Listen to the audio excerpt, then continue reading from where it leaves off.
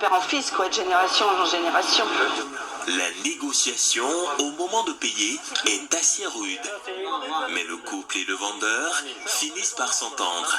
C'est 20 000. 20 000, on le fait à 20 000. Et les 3 sacs font 6 000, 6 000, ça fait 18 000. 18 000. On fait 38 000. 36 et demi. On coupe la poire en deux. Bon, allez, 36. 36 et demi, ça fait pas bon. Bon, allez, 37. Allez, 37. Allez. 37. Bon, voici la monnaie. Merci. Merci à vous. Bonne journée, merci. Sur les étals d'à côté, plusieurs visiteurs ivoiriens sont venus acheter des articles pour leur plaisir personnel ou pour les revendre. Parmi eux, un futur couple qui a été conquis par ces tuniques tissées aux couleurs et aux motifs de la savane. Ouaragnéné fait partie des trésors de la culture ivoirienne.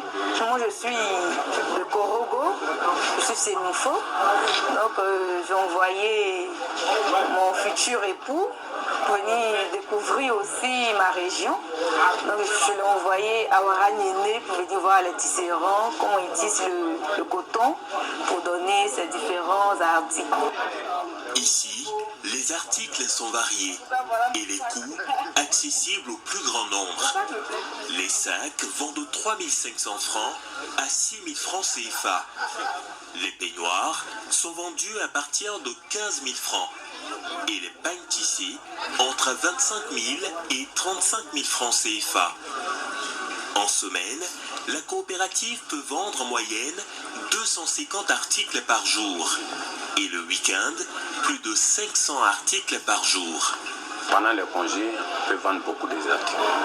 Les touristes viennent partout, en France, en Italie, en Amérique, eux tous viennent payer chez nous aussi. Là, on peut vendre jusqu'à 6 millions. Le nord du pays, à majorité musulmane, compte aussi d'autres trésors, comme ces édifices religieux. Des mosquées centenaires de style soudanais que l'on trouve dans la ville historique de Kong. Nous sommes ici à côté de la petite mosquée qui est la plus ancienne de Kong et la plus ancienne de la Côte d'Ivoire.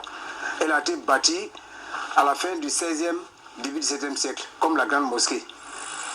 Située à quelques centaines de mètres de la petite, la grande mosquée ne passe pas inaperçue, avec sa couleur rouge ocre et son architecture tout aussi singulière. Celle-là, il n'y en a nulle part en Côte d'Ivoire ici. C'est tout comme la petite. Elle est de type soudanais, construite en terre battue, construite aussi bien en haut que sur le sol. Il n'y a pas de dallage. C'est une mosquée qui est vraiment faite avec des matériaux locaux. Tout comme les bois que vous voyez plantés horizontalement et verticalement sont tous des matériaux locaux. Aucun matériel n'est importé. C'est l'une des plus vieilles et des plus belles mosquées de Côte d'Ivoire.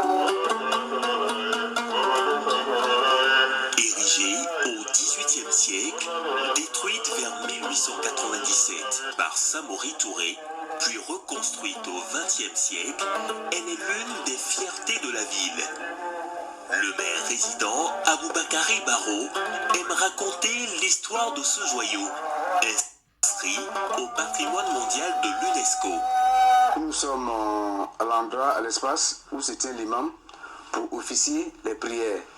C'est ce qu'on appelle le mirab en arabe. Ici, on a 2 lucarnes de part et d'autre de l'emplacement où se tient l'imam. Ces lucarnes sont uniquement que des lucarnes d'aération pour que l'imam puisse avoir de l'air. Vous savez, s'il se tient ici, à un moment donné de l'année, il fait très chaud. Donc, si vous vous tenez là, vous sentez qu'il y a de l'air frais qui arrive de l'extérieur. Tout en haut se trouve une autre lucarne, essentielle à l'imam pour la lecture du sermon. Dans le temps, il n'y avait pas de lumière, il n'y a pas de lumière électrique, c'était des lampes à huile. Donc pour lire le sermon, des fois le temps peut être sombre, couvert par les nuages. Pour lire le sermon, l'imam avait besoin de lumière. Donc juste au-dessus de l'espace où il est, il y a une lucarne qui est là, d'où la lumière du soleil entre pour venir directement sur le papyrus. La dalle de la mosquée, construite également en terre battue, est surplombée par 2 grands minarets et une trentaine de petits minarets. Les vendredis, jours de grande affluence, les fidèles musulmans affluent de partout pour prendre part à la prière. La mosquée peut alors accueillir plus de 1000 personnes. Les mosquées de Kong font partie des richesses culturelles du Nord qui suscitent la curiosité des touristes.